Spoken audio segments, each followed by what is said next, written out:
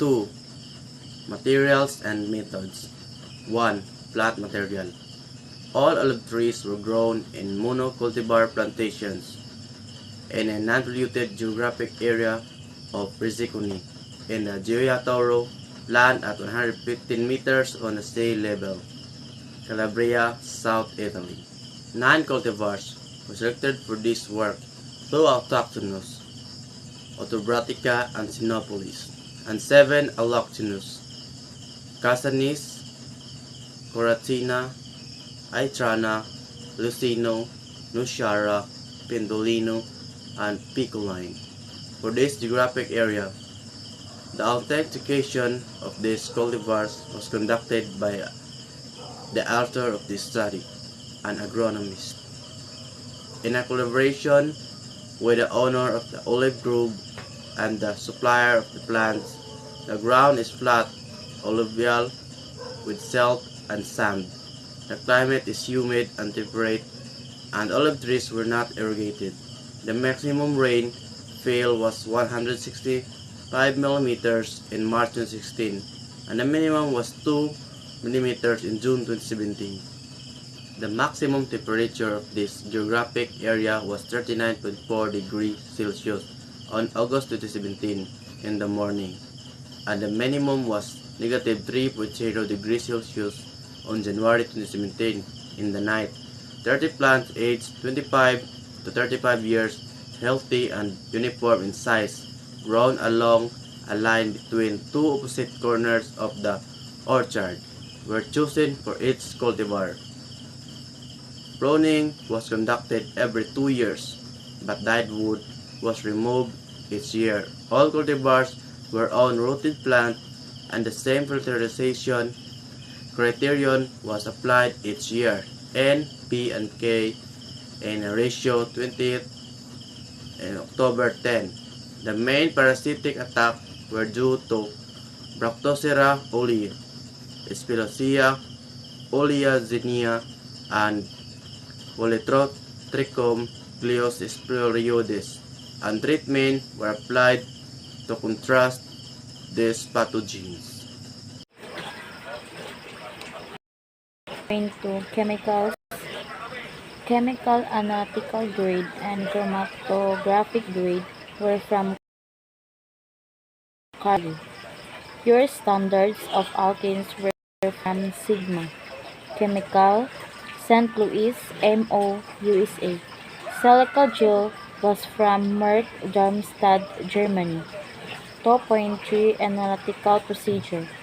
The European regulation and the trade standard of the International Olive Council do not contain a specific method for alkanes and alkenes. Determination, however, of the European regulation method for the determination of stigmatidines in vegetable oils can be well applied to determine also alkenes and alkenes in olive oil. In brief, N-hexacosine diluted in a N-hexane as internal standard was placed in a 250 ml glass flask, and N-hexane was evaporated by a mild stream of nitrogen. At this point, olive oil and alcoholic potash were added to 10%. Then the reflux condenser was started, and the mixture was heated to slight boiling for 30 minutes until complete saponification reaction. The unsaponified fraction was separated and then was carefully introduced using a previously activated silica gel and N-hexane. At this point, the chromatograph solution was started with N-hexane at a flow rate of 1 ml per minute. Approximately the 5 ml of ileate contains alkanes. Cultivar and harvest date both factor significantly influence the content of alkenes and alkenes in olive oil. Alkenes and alkene composition. The predominant alkenes were triisoxane, tricosane, and pentoscosane. The most common alkenes were C231, C241, and C251. Decreased trends. The total content of alkenes and alkenes generally decreased throughout the olive ripening process. Sinopolis and Autobratica. These autochthonous cultivar consistent exhibit the highest level of total on alkenes and alkenes. Consonants. These cultivar consistently display the lower level of alkenes daily intake. The daily intake in alkenes in alkene, the olive oil consumption is generally within safe limit. Quality differentiation. The unique N-alkane and N-alkene profiles can be used to differentiate olive oil cultivars and determine the optimal harvest time. Safety.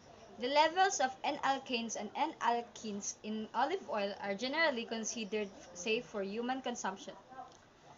Nutritional value. While the specific health benefits of N-alkanes and N-alkenes in olive oil are still being studied, their presence contributes to the overall nutritional value of the product. Health benefits. Investigating the potential health benefits of N-alkanes and alkenes in olive oil. Environmental factors. Exploring how environmental factors influence alkane and alkene content. Processing methods. Examining the impact of different olive oil processing methods on alkane and alkene profiles.